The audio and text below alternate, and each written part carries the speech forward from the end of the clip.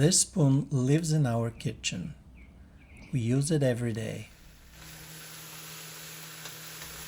It came from a tree in our backyard, a tree that had to come down. This is the story.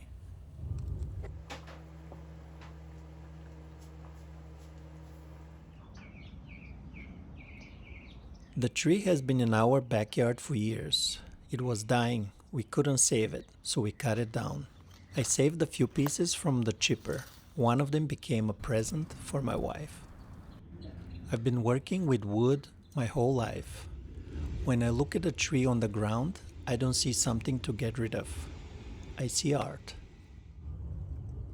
This piece was still wet, freshly cut, full of moisture. I should have let it dry for months before doing anything with it.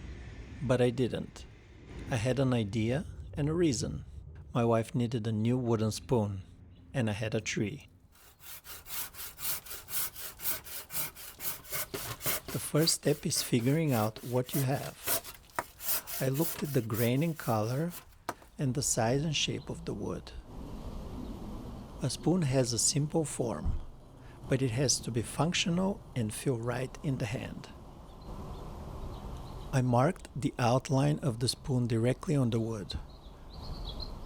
Top view first, the bowl, the neck, the handle, then the profile, how deep the bowl would be, how the handle would taper. Simple Sharpie lines, but this is where the spoon actually begins.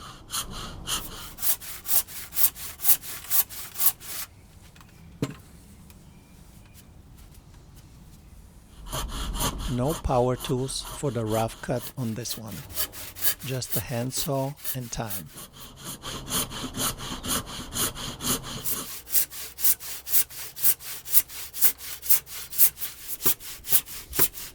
If you've never cut wet wood with a handsaw, it's not like cutting a dry one.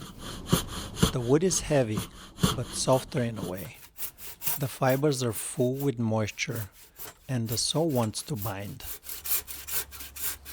It took longer than I expected. It always does.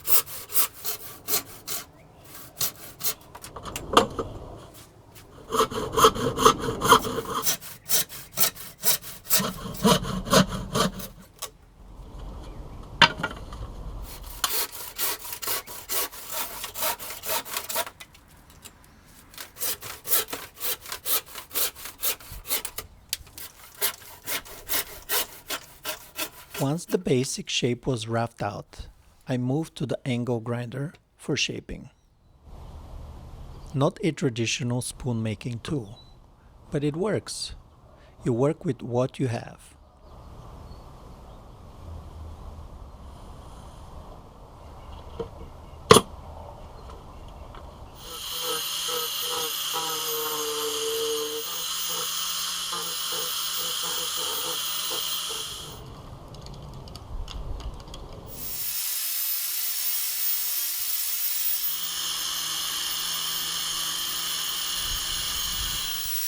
The grinder lets you remove material quickly and start finding the real form underneath.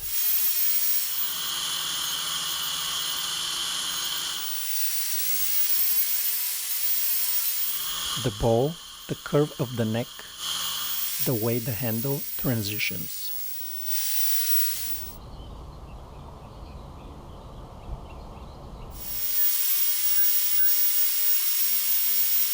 This is the part I love the most. You're not following a plan anymore. You're following the wood. Every pass with the grinder reveals something. You adjust, you respond. The spoon starts to feel like itself.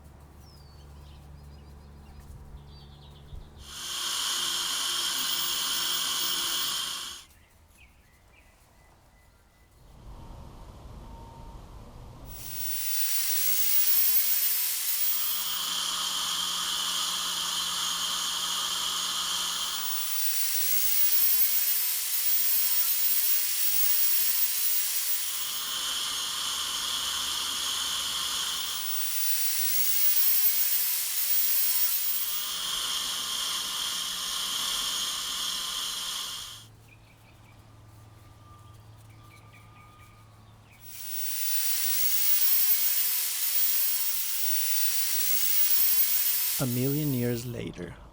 It's time for sanding now. 120 grit to fine-tune the shape with the grinder.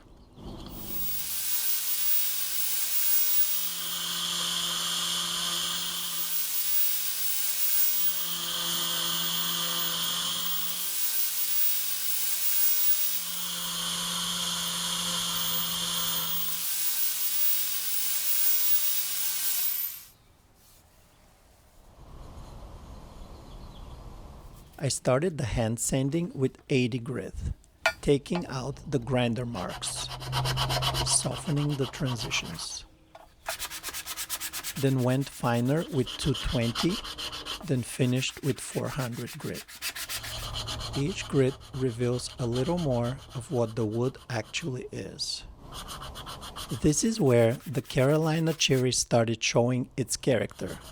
The grain, the color variation between the hardwood and the sapwood, the way the light moved across the surface.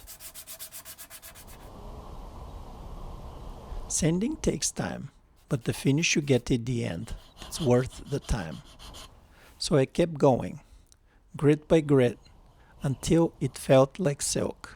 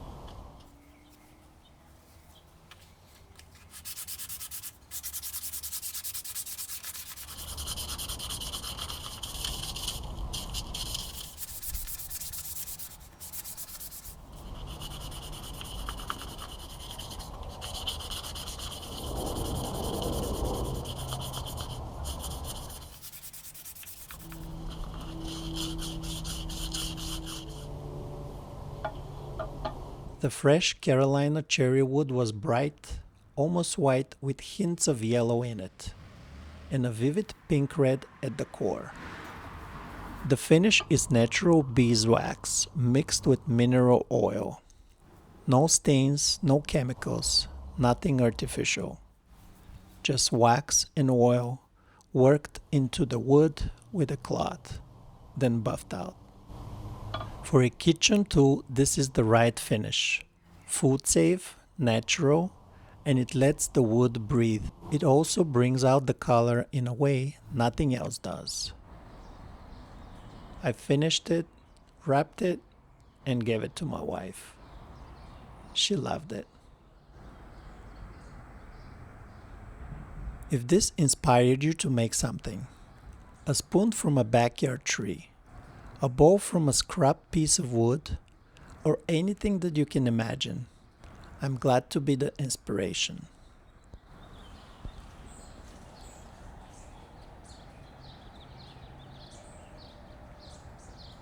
Here's what the spoon looks like now. Years of daily use. The bright yellow at the edges has deepened into warm yellow-red. The vivid pink-red core has turned a deep, rich orange red. Darker, richer, more settled. And yes, that's a crack. That's the wet wood. I cut it fresh and finished it without letting it dry. As the moisture left the wood over months and years, it moved, it shifted, and it cracked. If you enjoyed this, subscribing is the best way to support the channel. Links of everything I used are below. They help the channel going if you use them. There's more coming. I'll see you in the next one. I'm hungry now.